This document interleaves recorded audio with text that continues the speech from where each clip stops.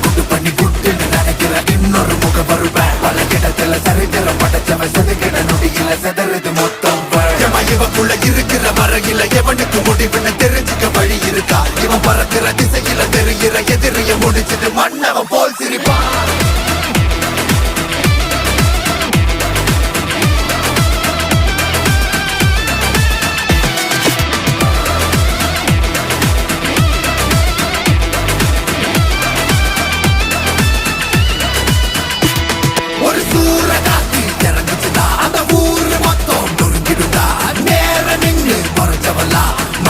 போட்டுட்டு மன்னிப்பு கேட்டுடுங்க